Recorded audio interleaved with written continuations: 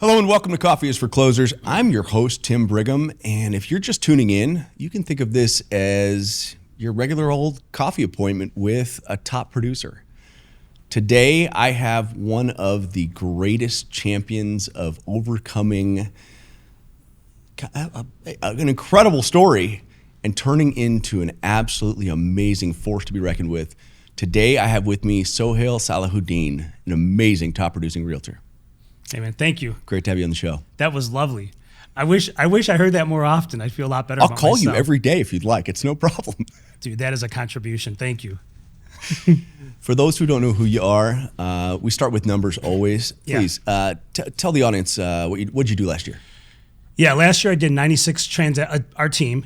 I have a small team. It's not like I have a big team. I have one full-time person, 2 part-time people, and my operations person who's my wife. 96 transactions last year. 2021, we did 156 with 3 people. Wow. Yeah. Wow, that's incredible. Yep. And so typically, it's well over 100 every single year, up until, of course, COVID, limited inventory. So our numbers have been down. Yeah. Everybody's right? Everybody's numbers. 96 is still incredible given what's going on. Yeah, no, it surprised me. Trust me, when I heard the numbers from my brokerage, because that's how I got the info, it was surprising. Yeah. Consistency is always amazing, right? Is that the people who are always at the top, the ones who are, what we consider top producers, right? It's a consistent thing. It's not just a 1 year and then it falls apart. What do you attribute that to? Work ethic. Yeah, work ethic. Fair enough. Work ethic. Right. Secondly, systems. Okay. And having processes and running your business as streamlined as possible, like a real business. Like I said, 3 people, 156 transactions. You don't need a lot of people. You actually want to run your business as efficient as possible.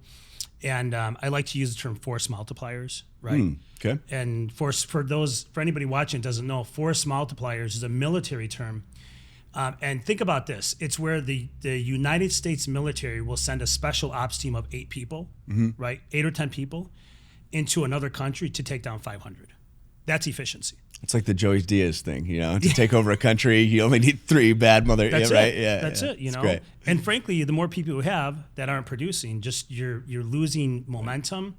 You're wasting time with them because that's what people who don't produce do. They tend to take up your time and not do anything with it. You've been there, I'm sure, as a business owner. And so, just really good people can do incredible things. Yeah, I think talking with some agents, you realize, scratch that. My own mistakes is that you'll learn that growth isn't always better, right? Strategic growth, hiring the right people, figuring out quickly whether or not, they're the right people and then making the decision. Because otherwise it can drag you way down. You can have a whole bunch of people to equate out to the same numbers. That's a math problem, right? That's a math problem, 1,000%. And then if you're running a team, and let's just say you have a big team and the numbers are big, but if you look at per agent, you're diluting the possibilities for your team by not letting them live to their own full potential. Right. And if people aren't living to their full potential, then you need to get rid of them because they're not the right fit for your team. So I'd love to get into strategies with you, but first off, I'd love to hear who you are. How did you get into this business? Where do you come from? What's your story? So I accidentally fell into the business. So I'll just kind of go. My background's actually in IT. Okay. So I graduated with my bachelor's degree in network engineering. Okay. I did part of my graduate school, but I never finished, and had a number of different businesses because I felt like I always had the entrepreneurial spirit in me.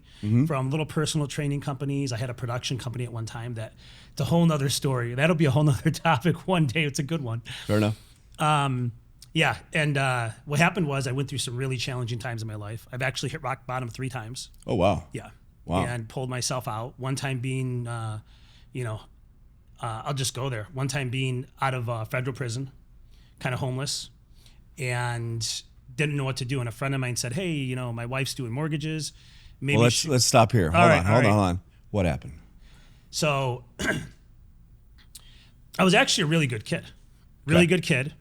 And then life hits you. Yeah, you don't strike me as somebody who's been to prison, right? But Yeah. I've heard this story, and I think our audience is going to be blown away. Yeah, and we can tell a story in there that I think will catch everybody's attention, and it's a true story. But what happened was I grew up in a very affluent family. My father was an international architect. He worked for the largest construction company in the world based out of Saudi Arabia. Oh, wow. My mother, her background is Italian and some French. And my dad and my mom met in college. He was here for studies, but he was a citizen of Saudi. So what happened was from before I was born, up until I was about like 12, 13 years old or so, he worked in Saudi Arabia. So he would go there for 3 months, come here for a month, and he would have a month with us, no work. And then that was my life, my entire childhood. Yeah, so my mom really Wow. raised us by herself. It was me, I have a brother and a sister. She's probably a strong woman. That's incredible. In a way she is, but in a way you're like, she's such a pushover, just the most loving, angelic woman you could ever imagine. She still lives with me today. Oh, that's I awesome. take care of her. She's, Ah, yeah, anybody that meets her is just like, they feel this incredible spirit within her. The most selfless person I've ever met in my life. wow. Like truly, she's taught me a lot about that. But what happened was, my dad wasn't being fair. He wasn't treating my mom fairly. Okay. And so one day my mom ended up leaving him. Oh, wow. And she didn't tell me, so it kind of sidetracked me. And she was everything to me. Because I was so close to her because she raised me by herself. Right? Yeah. And I'm a mama's boy. Yeah. And so what happened was, when that happened, my dad fell into a deep depression. And first my brother passed away in 1989 on a motorcycle. Oh, I'm sorry. And that just changed we're a close-knit family, and that just changed everything. And so eventually my mom ended up leaving my dad. He went to a deep depression. And my living situation, it was just me and my dad living in this, at the time it was a relatively big house because you're small, things look bigger. Today, when I go to the house, it's actually not that big anymore. And he would come home from work, not really say much to me, go in his room, lock the door. And that was my life for a number of months. Yeah. Eventually, he ended up being introduced to a woman that was 30 years younger than him. He moved out, left me in this house by myself. I was 18 or 19 years old. You were 19 in a house by yourself? Yeah. That sounds dangerous. It was very dangerous. Wow. When you're 19. I was an idiot. I was a complete moron. I had no idea. Idiot. Right? But you think you know everything at that point, Yeah. right? Yeah, but the one thing I had is that I was so into bodybuilding, so I was super disciplined. Okay. I was just lonely. Yeah, okay. So I would have friends come over, they would come hang out. So my house became the hangout house. One friend brought another friend. And so I kind of got mixed into just a bad environment, but I was still very disciplined. Like I didn't drink, I didn't do anything, Okay. and I had all that opportunity to do anything that you can imagine. Okay. But I steered clear away from it. Wow. Yeah. But I was so into bodybuilding that what happened was, now I just want everybody that's watching this to know, I'm not a saint. There's a number of things that I probably should have been in trouble for, but this wasn't one of them. Okay. Okay. Okay. Wow. So what happened was I was ordering bodybuilding supplements, protein powder, vitamins, etc. from We all do. Yeah. Yeah. Okay. from a website called bestbuysupplements.com. That's the name of the website. Okay. And so one of the other things that I ordered, which used to be at GNC, but they took it off the market, I think at GNC it was called Soma Solution. Okay. And at this website it was called Verb. Okay. It was called Verb 5.0. Okay. Same type of product. And I was ordering that product too, right? So, and we're talking about over the course of many years, right? Ordering Okay. that product, right? My life was. And what did it do for you? It was just So the intention of the product was it released growth hormone, helped you sleep, burned body fat. okay. Okay. Yeah. With most that's what most men, That's what everybody wants. I'll take that. Yeah, exactly. And so my dad ended up selling the home. I got my own apartment. And so when I was at my apartment, I was getting one day I got a phone call, and they said, "Yeah, this is Agent so and so from the DEA, and we want to talk to you." And I said, "About what? Like, who is this?" "Well, you've been buying drugs from somebody." And I knew that. For me, I was like, I didn't buy drugs, so I was like, "Yeah, whatever." Click.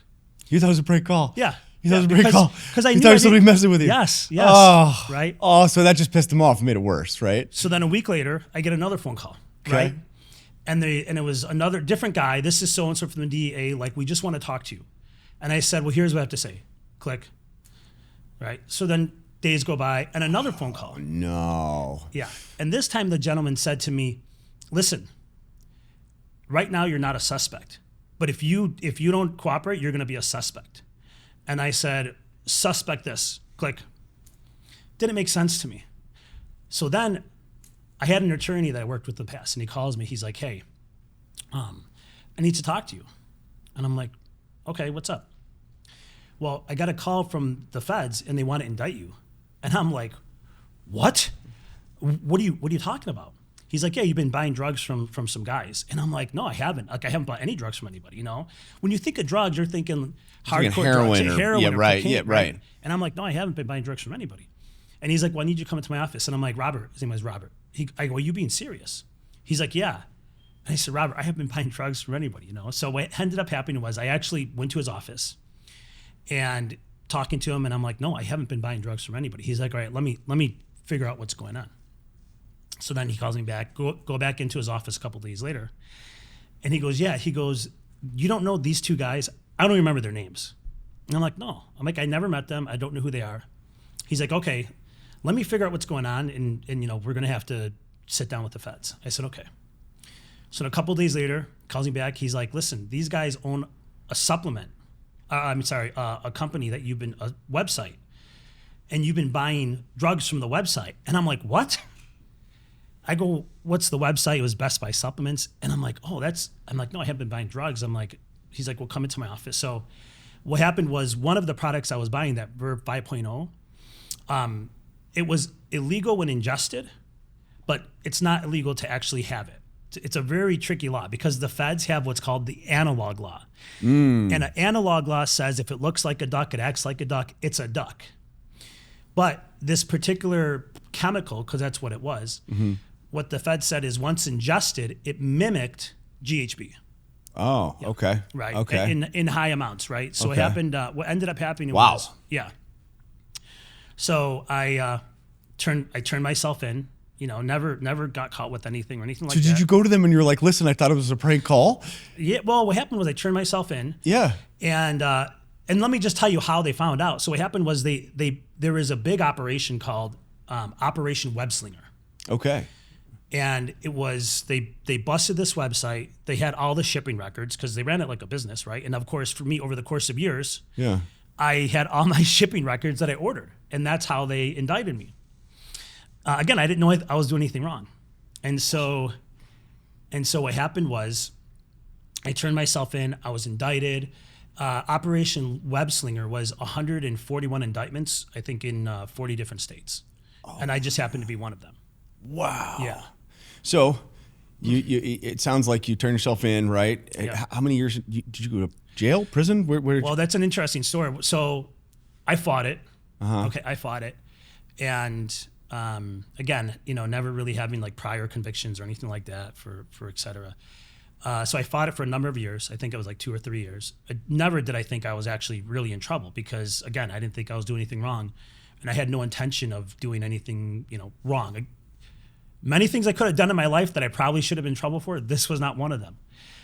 And so over the course of fighting it many years, the judge said when the final time came, she's like, look, she agreed. She's like, I truly don't think that you knew you were doing anything wrong. And she said, if it was up to me, I would just dismiss this case and give you like a probation.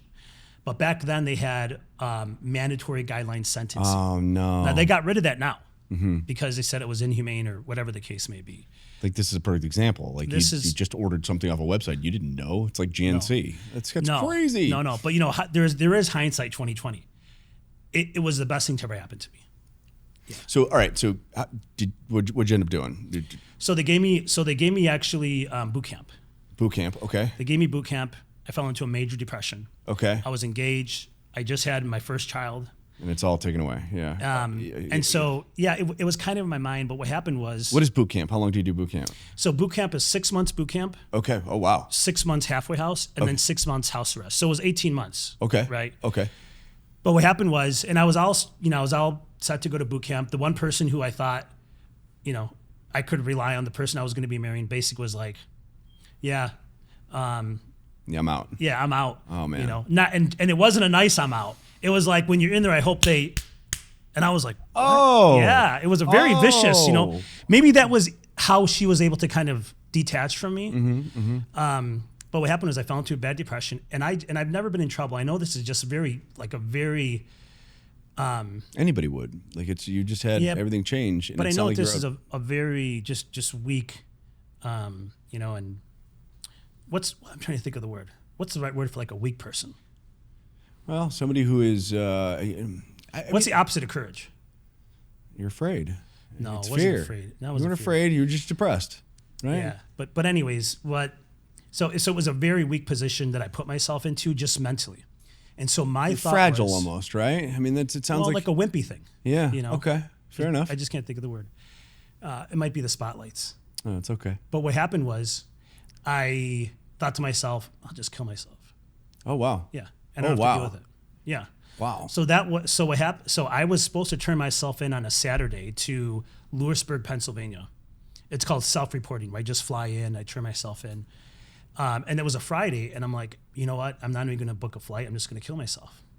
Holy shit. Yeah. And it didn't work. I tried. It didn't work. Yeah. You tried? I tried. It didn't work. So what happened was that Saturday, some friends came over. They kind of made me feel better. They got me out of the house. And that Monday, over the weekend, I called my attorney and I said, hey, Robert, I'm like, I didn't go. And he goes, who is this? I'm like, it's Sohail Salahuddin. What do you mean you didn't go? I'm like, I didn't go. He goes, you got to be the stupidest mother effer. He mother effed me for 10 minutes. And then he said, I'll call you back. I said, okay.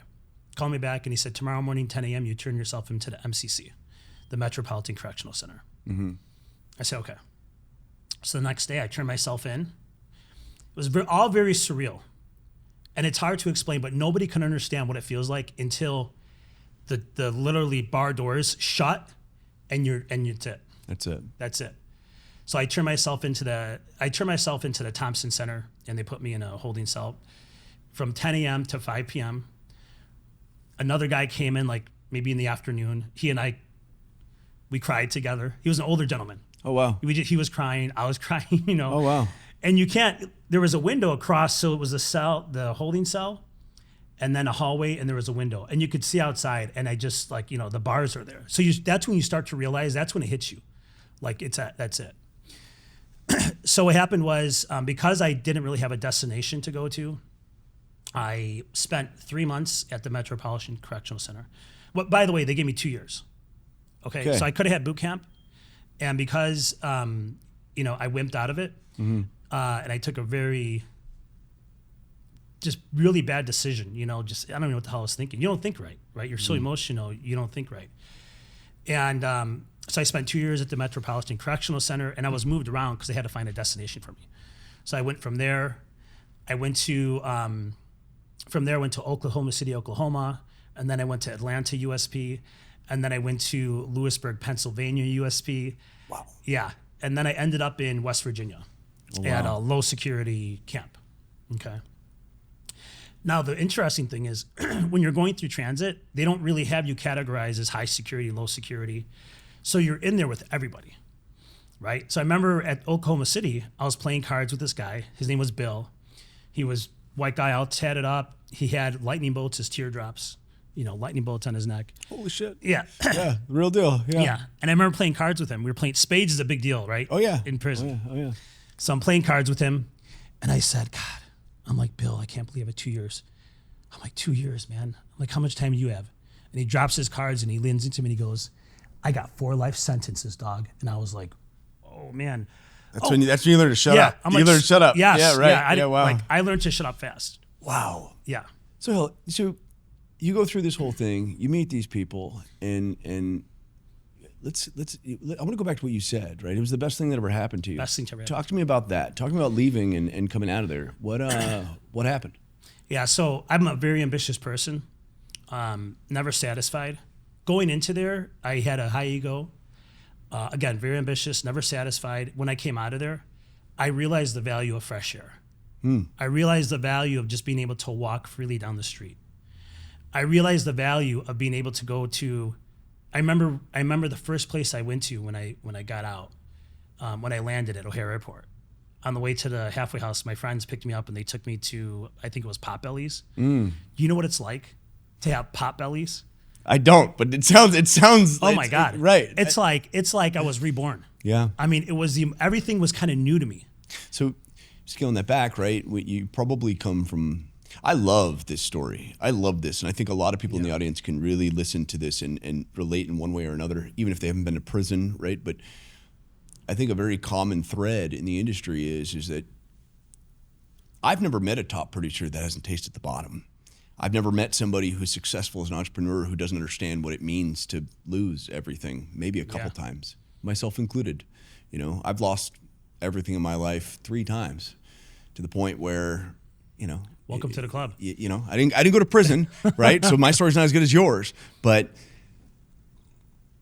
there's something here that I think a lot of people can think about is that if they're in a bad place, given the market conditions that they're in, right? What if your business is way down right now? What if you're, you know, you're let's call it what it is. It's a struggle in your household. You know, the finances aren't what they used to be. You know, your spouse is looking at you like, you know, your kids are looking your way.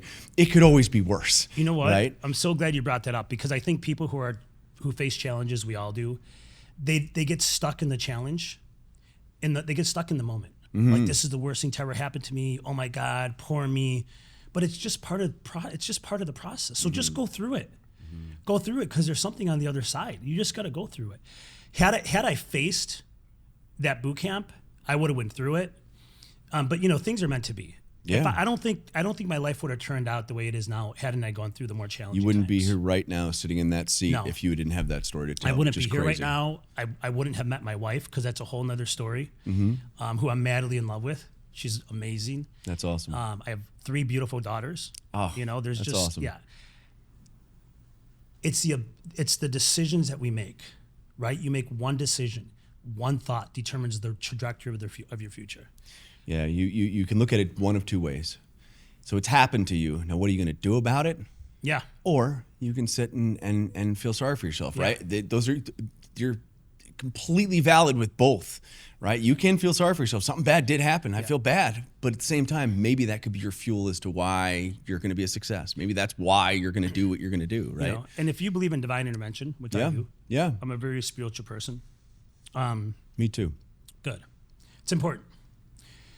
I'll give you an example. Number one, I feel like the universe intervened in my life and gave me this so it can change the way I think. It can change how I feel, start feeling more grateful, and then lead to better things in life. And I'll give you another example of divine intervention. So when I was at Oklahoma City, Oklahoma, it's 24-hour lockdown, but you're in a big rotunda. So you're locked in a cell, and then during the day you get to roam free kind of in the center. And it's a circular rotunda, 3 tiers of cells going around, okay? And there's some picnic bench style tables in the middle and whatnot.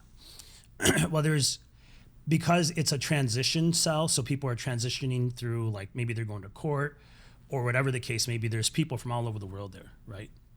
And so I went in there pretty big because I was like a bodybuilder. And they don't feed you much, so I was always hungry. Mm-hmm. You know, I hung out with these guys from Texas, Mexican background. We call them Texicans, and they were really cool guys. I love it. Yeah, really cool guys. They called me hungry. Okay. Because I was always trying to find if anybody didn't want to eat their tray, I would eat. I was so hungry. And in there, people wanted cigarettes. So a cigarette is more valuable to people than their whole meal. Right? They call them Cadillacs. Okay. So this is prison talk. Okay. And I wanted food. I didn't care. I didn't smoke. Again, I never really did anything bad. I was really health conscious. You know, it was all about fitness. And if you're there long enough, you'll get a job, and then you can work and you'll get peanuts. Like, you know, they pay you like 30 cents an hour, and you could buy a commissary. Well, I didn't have a job yet, and I was starving. And so there was this group of like 20 or 30 younger guys, you know, Mexican guys. They looked just like young guys, you know, presentable, not like tattooed up or anything.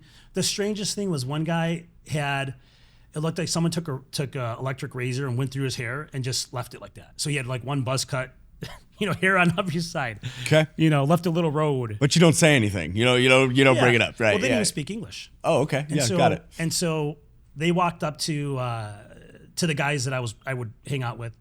And one of them wanted, in Spanish, she was telling one guy that if someone made a collect call for him, he would give them 2 cigarettes, so 2 Cadillacs.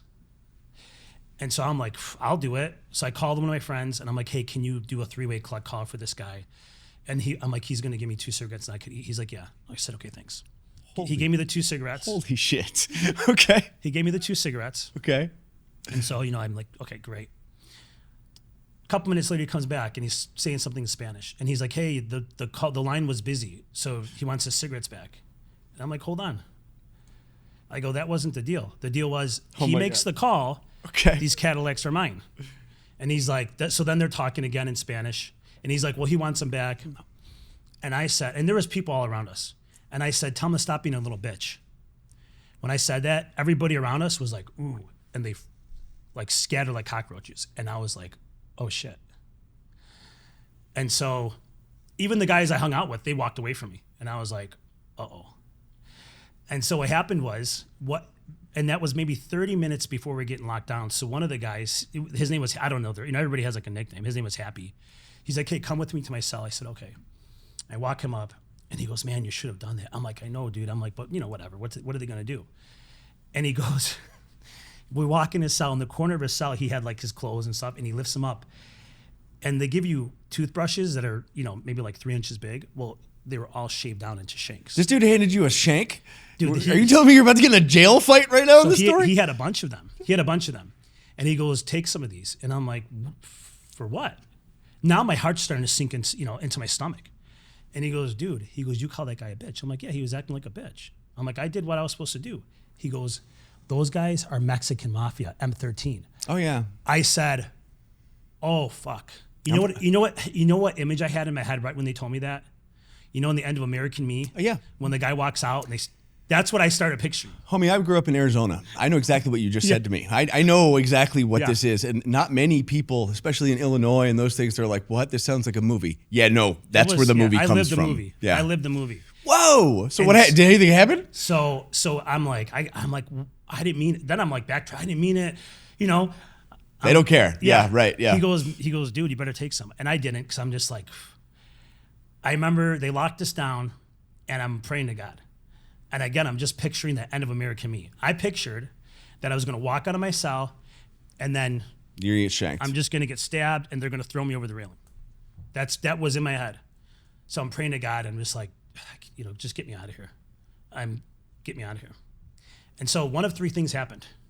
It was either divine intervention, the correctional officers caught wind of it, or it was just my time to leave. But at 3 a.m., pound, pound, pound. Salahuddin, let's go. You're out. You're telling me on the day that you called some Mexican mafia a bitch, that the Lord stepped in and took you and was like, look, you're out. Like, we're going to protect you so you can come do what you're doing today. Yeah. Woo! Yeah. And there was that's crazy. Yeah. So there was many other instances because, prison's not a nice place. Wow. It's if there was a hell on earth, I could say this is hell on earth. And nobody can imagine what I went through unless they go through it themselves. And people who have, it's like, when I meet somebody and they've been through it and they're genuinely a good person, there's like a special bond, because if you go through that and you come out and you're a good person, you know that you went through something that nobody else has gone through. So a couple of things: divine intervention, the correctional officers caught wind, or it was just my time to be shipped out. So what happened is they pulled me out, they stuck me in a holding cell with like 30 other people. And then I went to Atlanta USP. It's very interesting. I can't tell you the reason I say it was the best thing that ever happened to me, because at the end of my life, I can say that I experienced that. And I want to take that a step further for you, right? Because as an outsider looking in, listening to your story, right? And I mean this, is that no one that I think watching this or can tell the same story or a similar story, as dramatic as it is. It sounds like a movie, but what the real takeaway is, what fresh air, the importance behind that. What hard work.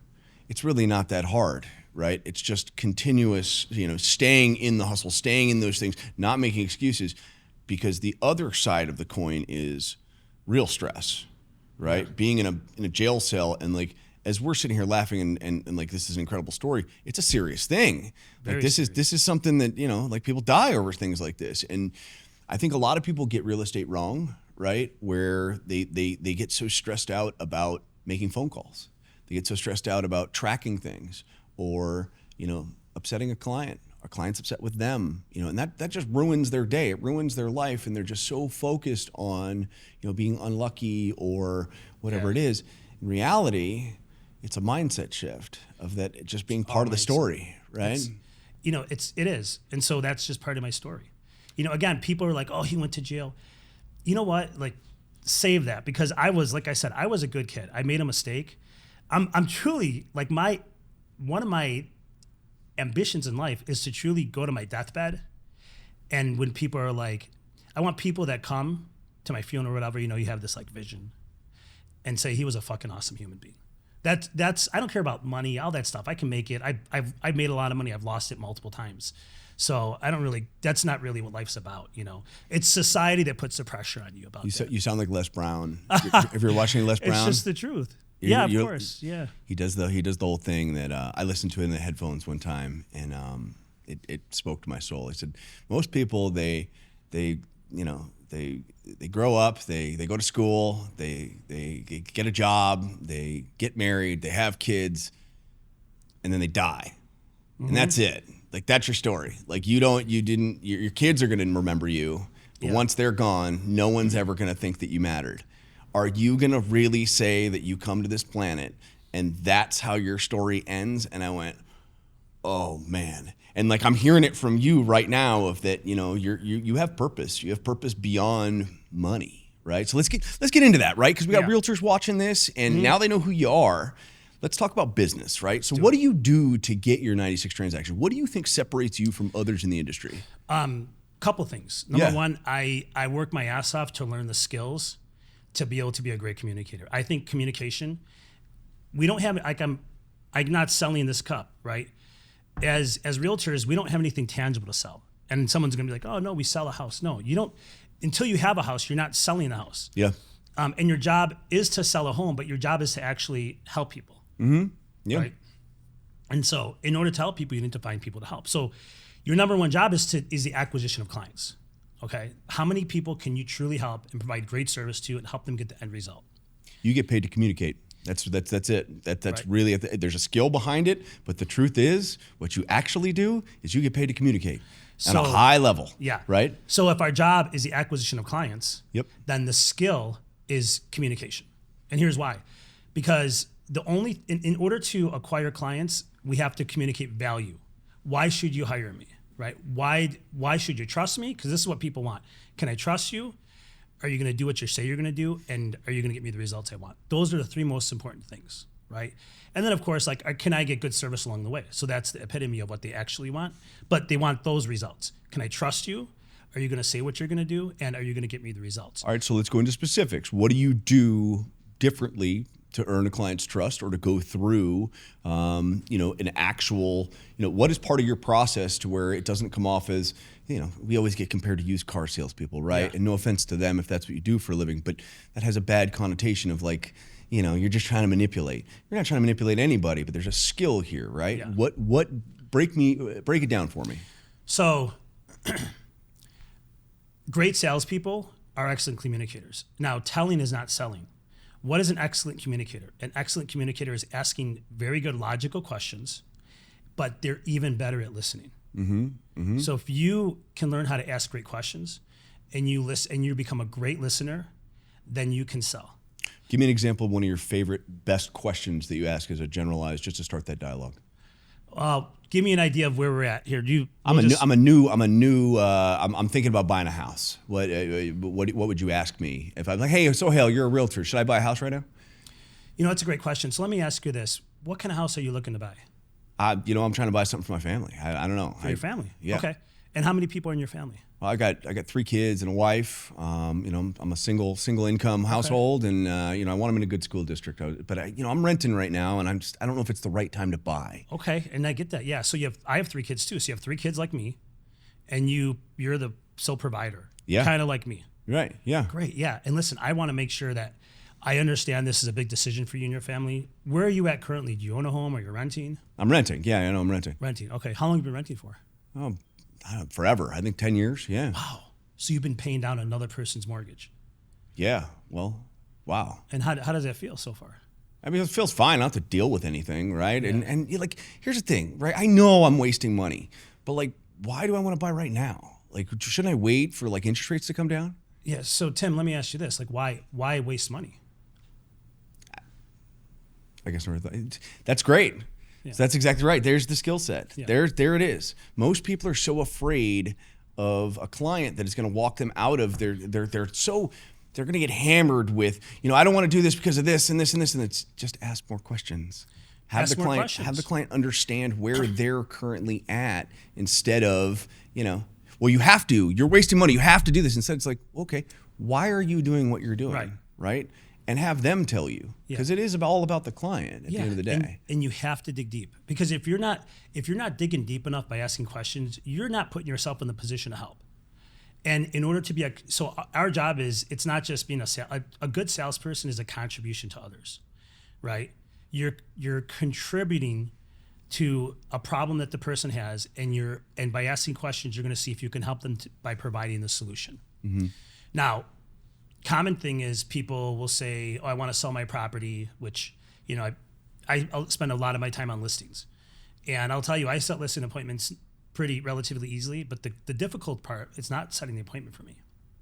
It's when someone's overpriced and they're like, no, well, so-and-so told me I can sell it for more. Mm-hmm. And I ask more questions to dig deeper.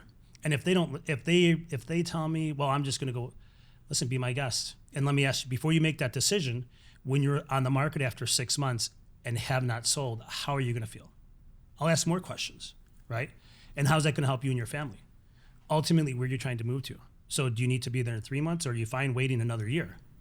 Does it make sense that you just hire somebody now that's telling you the truth? Do you want certainty? Do you want peace of mind? I can provide you with certainty, peace of mind. At the end of the day, I can get your home sold, but I can't lie to you about price. Right. So you have to ask these questions to find out really what they want, right? You also have to be able to tell a client no. You have to, yes. And that's the point. Like I'll cancel listings. If they're not going to list with me at a price that'll cause it to sell, it's a waste of my time, because what's going to happen? I'm going to take that listing. In 3 months, they're going to be beating me up saying, why isn't it selling? I told you it was overpriced. I don't want to hear about price. 3 months go by, 6 months now. Why isn't it selling? Let's talk about the price. I don't want to talk about the price. All right, let's talk about the weather. How's the weather? Because that's what happens. But the problem is most agents don't know how to communicate. So they'll call their client when it's time to drop the price. Mm-hmm. So for me, when I take a listing, I communicate with them 3 times in the first week, twice in the second week, 3 times in the third week, 2 times in the fourth week, 1 time in the fifth week. I have a whole schedule of how communication, because systems and processes and streamlining it, if I have automation, is how businesses are run, right? The problem with realtors is that they're not taught, it's not their fault, they're not taught how to run a business, right? Because you go to real estate school, you're not even taught how to sell. You're taught how to do mortgages, but why would I need how to do a mortgage when I have you? Right. It's true. You're taught legal, but of course there's ethics, which I think are extremely important, but contracts, all that stuff, you know how to write up a contract, but in fact, when you're asked a question about law, you're not allowed to answer. You're supposed to refer them to their attorney. So why do I need to learn all that stuff when the attorney's going to be handling that? I need to learn how to sell, market, communicate, and I need to learn how to pprovide great service to the client. That's what the client deserves. How do you get in this market, right? Everybody's, this is obviously 2024 where we've got a very weird time. This is the hardest market we've seen in 30 years. It's going to be. How are you in your systems? How do you originate? How do you get more clients than How do you stay in business? So, frankly, I spend probably 4 to 6 hours on the phones. Oh wow. Yeah. Okay, you personally. Yeah. Wow. I prospect. I door knock. Old school. Yeah. Well, look, I love it. Look, let's go back to the origination of time from what we know. Okay. Yep. There were hunters and there were gatherers. Mm-hmm. Hunters ate. Gatherers gathered the shit that nobody wanted. Mm-hmm. So you have to decide for yourself. Are your dreams important enough to you that you're going to learn the skills and go after it? Or are you going to sit back and wait and feed off somebody else's? Because the listers, the people who list the properties at high level, control the market. They control the inventory. In this market, where I put a property up on the market and I have multiple offers and I have agents text me, what do I need to do? Hey, my client wants this. Tell me where I need to be. I don't want to be on that end. I want to be on this end where I could just say, listen, I've done my job. It's highest and best, and give my client, the seller, the best outcome possible, right? If I'm working with a buyer, then I'm going to spend time to sit down with them and explain to them what they're going to be entering into the market. I'm not going to waste time saying, oh, like, let's go out. If they're not aware of what they're about to get into, then you as the agent, you're not doing your job. You're doing a disservice to the client, because they're going to go out there and they'll be looking at properties and they're FHA, 1% down, and then the people they're competing against are cash buyers as is, can close in 10 days. Every single client that we have coming across the fold now, I'm coaching them on, being submitted to underwriting prior to even shopping, right? I can get them fully approved, because if you're really up against important. a cash offer, that's where we're at. Is if there's 27 offers on the property, right? And if here's what happens. That happens one time, and then they're like, oh, this is too hard, and they give up. It's like, versus, in that initial appointment, like you're saying, you coach them properly and go, listen, we're about to get in a fight. This is the way this is going to work. Yeah. But the market's going to shift on us, and you're going to make money. There's two times. Yeah. Peacetime and wartime. Yeah. Okay. 2016, 2018, that was peacetime. Okay, this is wartime. And if you don't know how to be able to navigate through this market as a warrior, as someone who's going after it, as someone who's been practicing up to this moment, then it's going to be a challenge for you. Like, I practice for the hard times. I've been going through hard times my entire life, so when times get hard again, I'm like, let's go. It's really interesting to hear your story and think about, making 4 to 6 phone calls sounds better than having the bars close again. Right? 4 to 6 hours. That's what I mean. Yeah. Yeah. But see, for me, it's kind of fun, because it allows me, number one, I think of it as a game, because I'm practicing my skills every time. So the more I do it, I'm just becoming a better and stronger communicator, right? A better salesperson. You just said something that reminded me of something, right? So I'm coaching this gentleman who's he's a great loan officer, right? And one of the things that we do is we get into financials and things and what's going on, and just really trying to provide value. And I remember asking him, I look at what he's got going on, and I'm like, wow, this is like, wow, you've built an empire. This is amazing. Why am I your coach? Why do you need me? And he said what you just said. He said, this is a game, right? Yeah. I said, what? He goes, I'm playing it like I can lose. I'm playing this thing until I'm done, until the game is over. That in any game, you can always lose until it's over.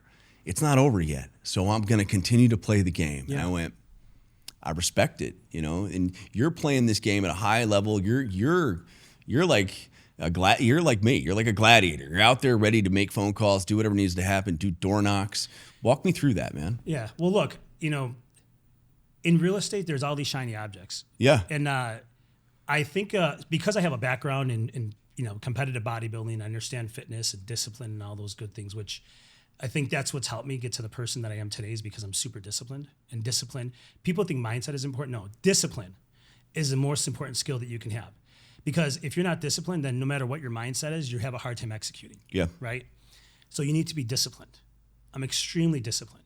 And when you go through hard things in life, it builds resilience, it builds internal strength, and you become more disciplined. Mm-hmm. So I think of real estate like people who want to get in shape. Mm-hmm. Okay? Mm-hmm. Where everybody knows what you need to do. What do you need to do to get in shape? Two things. You got to eat right, which is number one, right? And you got to stay consistent, right? Right. But what else? Two things: diet and exercise. Diet and exercise, but right? Like, now it's a lifestyle. You got to have that lifestyle. So you have to be disciplined to eat the right things, and disciplined to work out. And most people would rather. What's that new drug that everybody's exemplifying?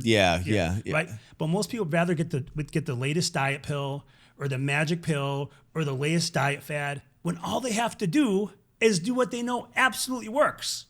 But they don't. Real estate agents, if they just learn skills and spent a couple hours a day of practicing and then performing and executing and practicing, performing, executing, they'd become great salespeople. They become great agents. Yeah. But they'd rather buy leads here, Facebook marketing here, social media over here. They're like, spinning in circles, but they're never going to get anywhere because there's always going to be that new shiny object. What do you recommend to an agent and they spend money on it? Yeah, oh yeah. See, for me, there's very little money involved. It's a highly profitable approach. My sweat equity replaces the money, right? So you don't see me doing these fancy mailers. Social media is free, so I'm starting to get to social media. I see it. You've got a TikTok out there that's pretty cool. You've been talking about a mindset and all kinds of other really cool things. Yeah, check that out if you get a chance. Okay, thank you. No, I'm saying you. I know. Your TikTok's awesome. Well, you'll laugh because I've never logged into TikTok in my life. You've never logged in? No, that's my. So I just told you to go look at your own TikTok. Yeah, That's hilarious. Because I have my wife who works with me now, and she handles the operations, and we have a virtual assistant does our social media. But at one time, my 14-year-old daughter was doing my TikTok because I know she's probably much better at it than I am. But I don't even know my password or anything. Can I tell you something? My son walked up to me last night and showed me a video of his gaming channel that he created. And I went, who showed you how to do this? He goes, nobody, I just did it. And I went, it's good. It's really good. Like to the point of I got nothing bad to say. It kind of challenges me a little bit. Right? You're dumbfounded. You're like, how the hell did this guy do this? Do you think your kids are going to get into real estate? I don't. I have girls. Yeah. I have daughters. Yeah. I don't know.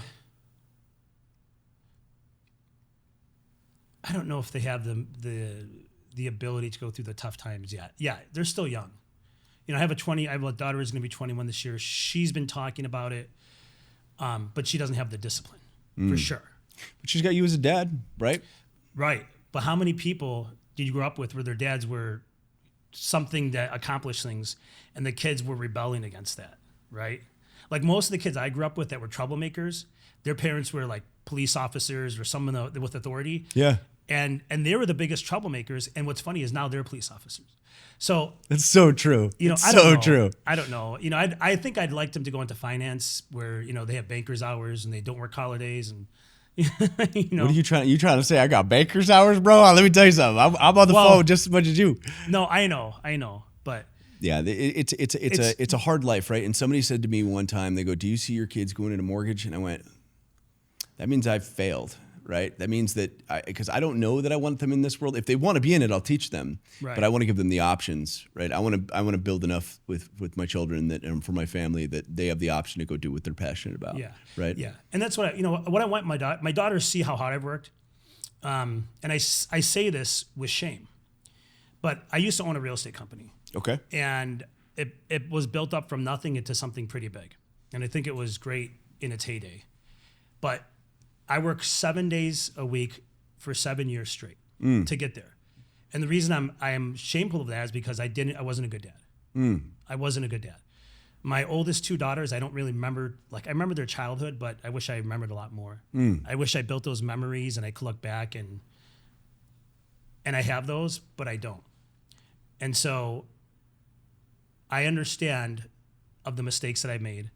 I don't want my daughters to make those same mistakes, and I don't think they have to anymore because, I operated out of grit, and I was super determined to get what I wanted. The second thing is they see me working hard, and so what I want out of that, I want them to understand they could do whatever they want and be successful. Mm-hmm. If they want to sell ice cream on the corner, they could be the best ice cream salesperson on that corner, but they have to do the work. Mm-hmm.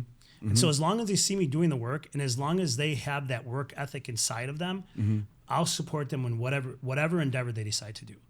But if they're just half-assing it, that's something that kind of bothers me. So you can hear the pride in your voice too. That you sound like a great dad, and no dad is perfect, right? I'm working on it. Yeah. The story that you tell has purpose because you're using that towards, obviously, being the best dad you can today, right? That's it. I'm aware of it now. Right. Awareness. But I think it's still a little bit of a conscious incompetence because I'm aware of it, but I still have to make money. Yeah. Right. So it's finding that balance. And I don't really know if there is such thing as a balance. But the second part of that is my kids don't need me to be there 24 hours a day with them. They got school and things like that. If I can just devote a little bit of time with them every day, and now they're on their phones, it's a whole different world. But if I can just be there more than I think I need to be, because you really do need to be there more than you think you do, that's a good start. Yeah. So Sohail, you're like a big mindset guy, and what I love about what you're talking about is you don't come from a place of that you want people to fail, like I have the same mindset. Like I see somebody who's struggling and I want to help them to a fault, right? And I hear that in your voice, right? We have a 61% attrition rate right now. Yeah. People are leaving the industry in the droves, right? What do you think agents can do right now? What is the biggest thing they can do right now to save their careers or to, go to the next level? So number one, align yourself with people that can help you. Okay. Everybody needs a coach. Yeah. Even if you're at the top of your status, you still need a coach. Michael Jordan had a coach. Mm-hmm. Kobe Bryant had a coach. Tim Grover, yeah. Tim Grover had a coach. Tim Brigham probably has a coach. Everybody has a coach.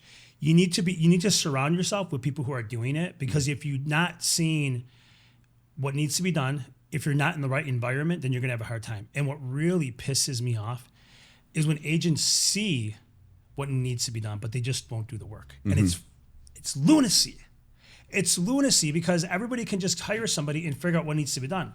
Or they can reach out to somebody and say, hey, what should I be doing? And they'll tell them. But the problem is, and I've personally experienced this hundreds of times because I have agents reach out to me. And I'm an open book. I'm like, here's what I do. The problem is nobody will do it. It's just like the diet and exercise. Everybody knows what they need to do to get in shape, but they won't do it. Think about that. If you knew what you needed to do, but you don't do it, and you'd rather suffer and go through difficult times than just doing what you need to do, is that not complete lunacy? Which is harder, you losing the deal or you being broke, right? Which is harder, making phone calls all day or having to make the one phone call to your wife or husband and saying that we can't pay the mortgage this month, right? Choose your battles, right? Yeah, and people are delusional. Who's your coach? Who coaches you? I have a few coaches, okay. Actually. The best coach I ever had is a gentleman named Steve Powers, who taught me a lot of stuff. Aaron Novello, who is one of my partners at EXP, is also kind of a mentor coach to me. Cool. Lars Hendenberg is also kind of another one of my partners at EXP, is kind of a mentor coach to me. So, and they all teach different things, and that's the thing. So you need to be you need to be well trained up on many different things, right? If you're getting in shape, instead of trying to reinvent the wheel, find a coach that can show it to you. If you want to be good in real estate, find someone that will teach you. But the worst thing you can do is ask someone to spend time with you and not do what they tell you, because that's like a punch in the face. Don't do that. Don't approach anybody and ask for help if you're not going to do the work. If somebody comes and calls me and asks for help, my first thing out of my mouth is, I will help you, but I want you to ask for accountability. Yeah. Right? Because if I spend my time with you right now, I want you to succeed. I genuinely do. But when we end this call, when are we following back up with each other to find out what you did? Right. Because I'm going to hold you accountable to it. Otherwise, so many people take notes, they write pages and pages of notes, and they go to their car and they throw it in their car and they never open it back up. They don't look. They don't do anything. Yeah. Execution is everything. Asking for accountability, right? Yeah. It's huge. And I just went through this with my team the other day. Is the four stages of competency, right?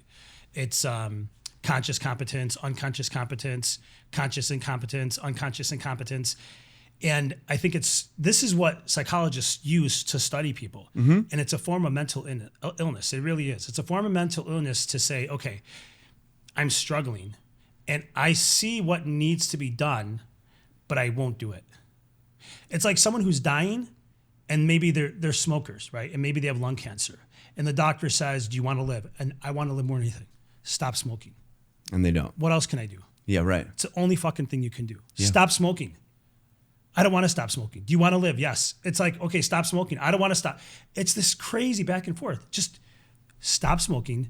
A little bit of pain to eliminate long-term suffering is better. Yeah, a little bit of pain to create long-term growth is even better.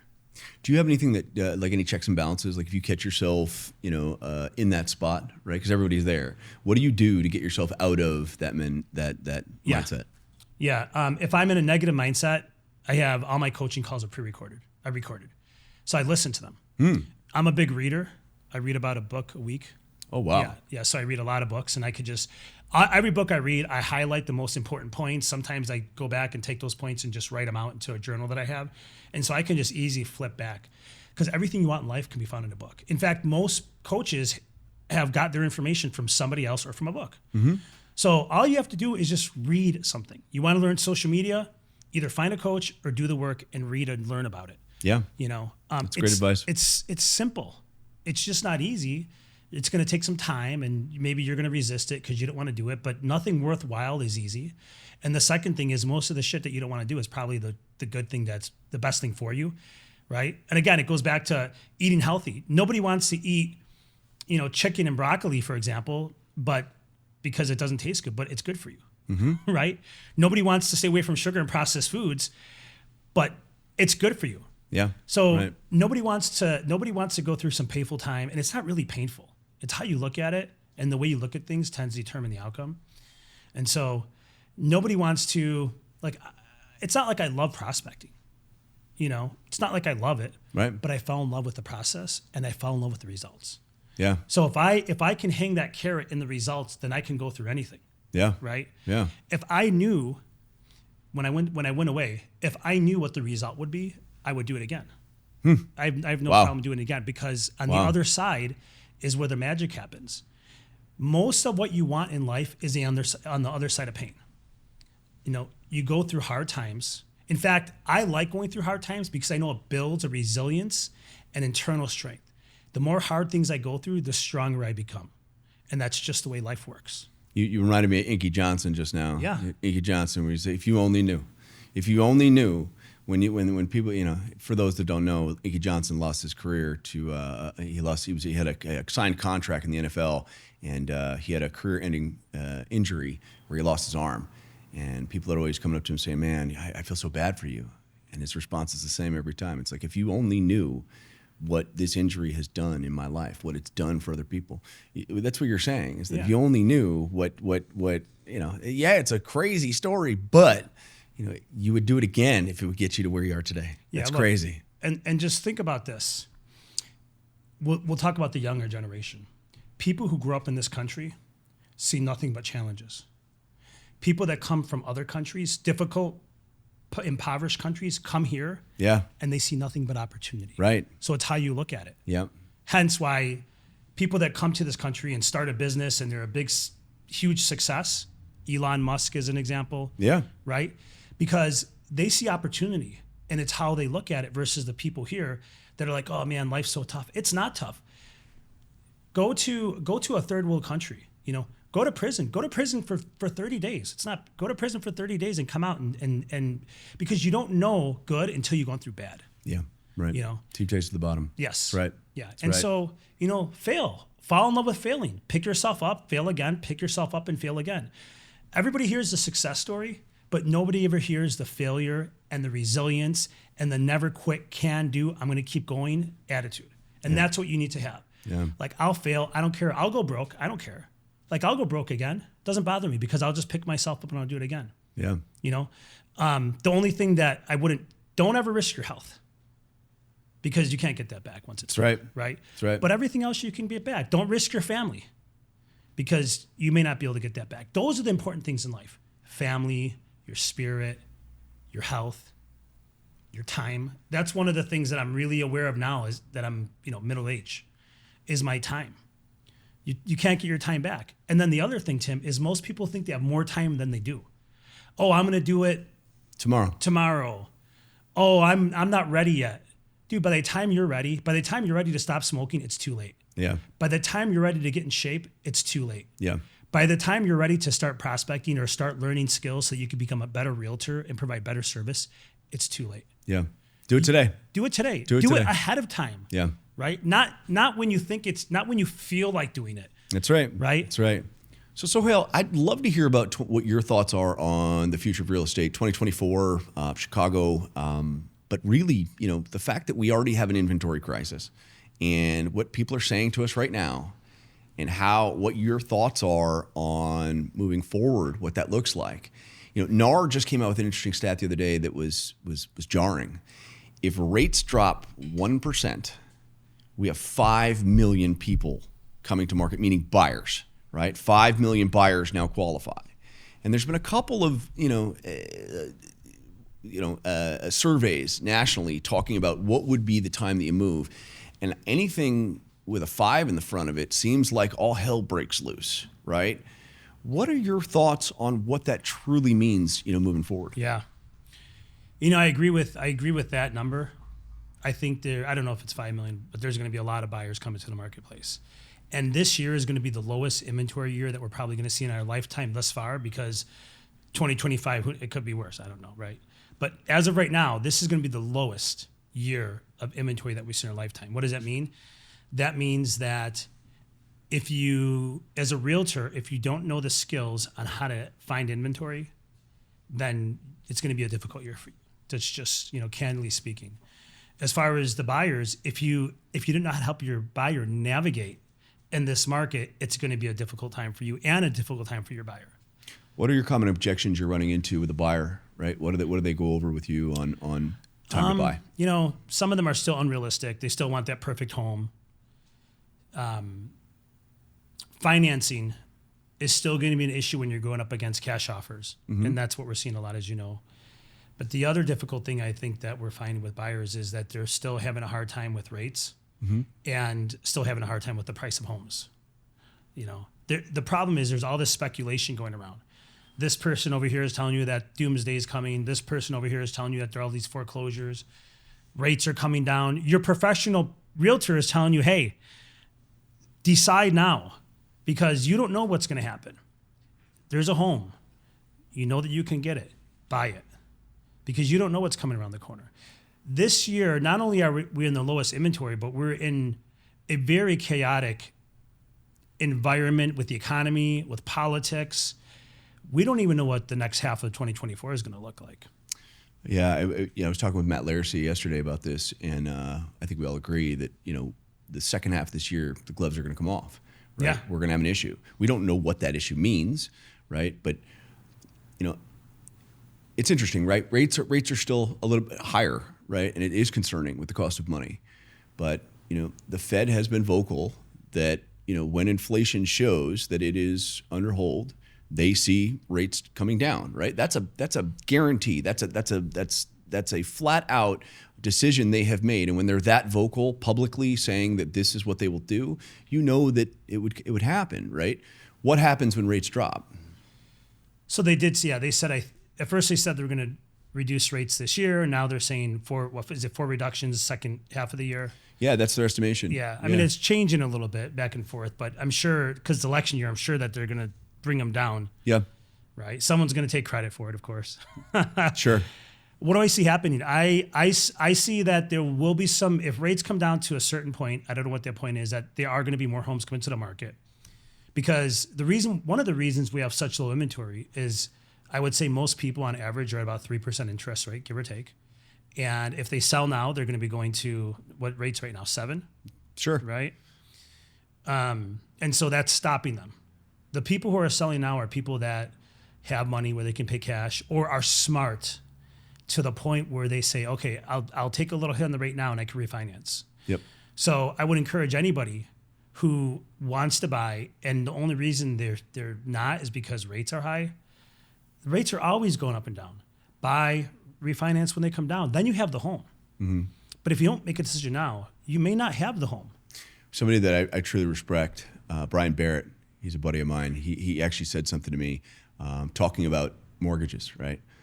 He was talking to a group of us, and he said, I don't tell clients that this is a mortgage. You're not allowed to call it a mortgage with me. It's a savings account, right? Because every time you make that payment, it's a deposit towards your future. Right. You are saving money for your future, because eventually you're going to sell this asset or give this asset to your family. This is your savings account. If you frame your mindset around that, right, that this is no longer a rental payment, it's no longer an expense, right? You got tax advantages. You also have, your equity positions. But the other thing is that I think you're dead on, right? What happens if rates go down? Yeah, these people that have 3% are going to come to market, but those people need a place to live, right? So now they're buyers too. What happens to home prices? Home prices are going to go up. See, that's the problem with speculation, right? I highly, anybody who's speculating, I tell you, don't do it, because if you look at people who gamble, because it's a gamble, right? There's a small percentage of people who actually have the favorable outcomes. Yeah. Right. In anything. Yeah. So speculation is never. You only hear about the people when you're like, oh, that person speculated and they built this home and they sold it and they made all. Yeah, but how about all the one person out of 100 did it? What about the 99 that didn't? Yeah. Right. Yeah. So speculation never works. Certainty creates peace of mind. Yeah. Peace of mind is invaluable. So would you rather have peace of mind and have and be in an invaluable position, or just constantly not knowing when it's going to happen and speculation? That's Trying to time it perfectly, right? Yeah, and that's not wise. If you can make a decision now, make the decision. You can refinance now. If rates don't come down and you can stick it out, they're going to come down eventually, because if you look back over the course of 100 years, that's how things work. It's up and down. It's a roller coaster. Yeah, right? there's a graph out there too about home appreciation. It was, I'm not going to lie, it's staggering. If you scale back on appreciation since we started tracking home appreciation, it just does this. Yeah. 2008, you can't even tell that there was a crisis. It looks like a blip, right? David Stevens, the late David Stevens, rest in peace, presented this to us, and I was blown away. I had no idea. I thought it would be this. It's not. It was a doop, right? Because we knew that in 2008, we know now, right? In 2008, if you waited 7 years, your equity position was above the 2008 crash. It was about the highest levels where everything came down, right? So it's time. It's a bigger strategy. We all know that people build wealth over long term. Yep. Right. And people who make short term decisions get short term results. Right. And speculation is short term results. Yep. Right. It's wealth appreciation. It's all built over the long term. It doesn't matter if you're investing in the stock market, in real estate, what have you. It's all in the long term. It's never in the short term. And what is waiting costing you, right? That's the biggest thing. That's really the at the end of the day, what is waiting costing you? And that's the inability to make decisions hurts you. Yeah. And if you make a bad decision, you deal with it and you move forward. But not making a decision always hurts you in the long run. So I've got to share something with you before we wrap up, because I've been dying inside to actually tell you this story. You don't know this. But you and Kevin Rocio are the reason for this show. Oh, really? And you don't even know it, no. right? One day you and I were at the bar, and we were at a networking event up north. I think we were at some random bar. I think we were our group was the only ones there, and we were just, having a great time. And I sat back, and for those watching, I find this super important, so I appreciate you tuning in. But the reason that we put this thing together and to have you on and to tell your story is amazing. It needs to be told, because there's people out there who don't understand, who these people are in real estate and what they're made of and how special it is, how incredible these people are, because you get lost in the glitz and glamour of all this other, the social media stuff. Everybody's a multi-million-dollar producer standing in front of a Ferrari. Right. What I saw was you and Kevin got in an argument right in front of me, and I just sat back and watched. Kevin Rocio is a commercial agent, and he was talking about, a strategy of, renting a home and taking your money and putting it into a, investment property instead of buying an owner-occupied residence, right? And you looked at him and you go, "You're absolutely out of your mind," right? And started arguing with him. He said, the number one way to generational wealth in this country is somebody buying their first home, whether it be a multifamily, a single family, whatnot. And you guys started just talking strategy and very passionately arguing with each other about the right and wrong ways to do things. The craziest thing was neither one of you were wrong, right? It's just it's the skill sets that you both have developed. Well, I don't remember that conversation, but if you're saying Kevin was saying that the way to wealth is to buy a home and rent it? No. To rent a property and to that was a strategy that he coaches on that you instead you rent a place and you take your money and you put it on an investment property. Oh. Right? Yeah. Versus the most common is that people buy their first home, right, and build equity. Well, he's right and I'm right. Right. Yeah, and I don't remember the conversation, but he's right. He's right. It's if you're planning to live somewhere on the short term, I would say less than 5 years, it might be better to rent, because if you're financing, the first 5 years you're paying mostly interest. As being the professional mortgages, at the 20th year it's a 50-50, right? Mm-hmm. So he's right. And there's a lot of people like Grant Cardone say rent the home and you live in and buy the investment property. Mm-hmm. But the problem is I don't think most people are equipped to do that. Right. Yeah, right. So I think Kevin's right. You have mobility. You're not tied down. But if you're a family, I think it's better to buy a property, live there, build equity, pull your equity out, and use that money to buy another property. That's right. Right. And then, then if you're really smart, and this is why real estate is the best investment. If you're really smart, then you become smart tax advantages. Your next property you buy, you do a cross study. Maybe you add some solar panels in it, do a cross study segregation, accelerate the depreciation, get the tax benefits from that. And then you just kind of replicate that every year. Yeah. People that I work with have literally built up an incredible portfolio of wealth by just using that same process, buying a property, accelerating depreciation, taking their money and buying another one. And they just repeat that. And what happens is over time, it starts to snowball. And then and the next thing you know, you have all these properties and you have a significant amount of passive income coming through. I think a lot of people want to do this get rich quick scheme they see on the internet. And it's like, no, this takes 10 years. This is 10 years of hustle. You are not going to make money if you don't have the money, right? You should not be buying investment properties. If you are not well off and you don't have assets, you should not be buying investment properties. The problem is you're going to have the what if, and it takes time. You have to, like you said, snowball it. So you have to create, you got to start somewhere. So tax advantages are one. Home ownership, there's a piece there. There's many advantages. I know people that buy real estate strictly as a tax shelter. They don't really want the property, but they want the tax benefits, right? So there's many different ways to do it, and we can get into a whole nother topic on that. Listen, I want to thank you so much for coming onto the show. I beyond appreciate it. I'm motivated leaving this conversation, and we'll have to do it again. You're an awesome pillar of the community, and we appreciate everything you give back to everybody. So thank you so much for coming on. Appreciate it, brother.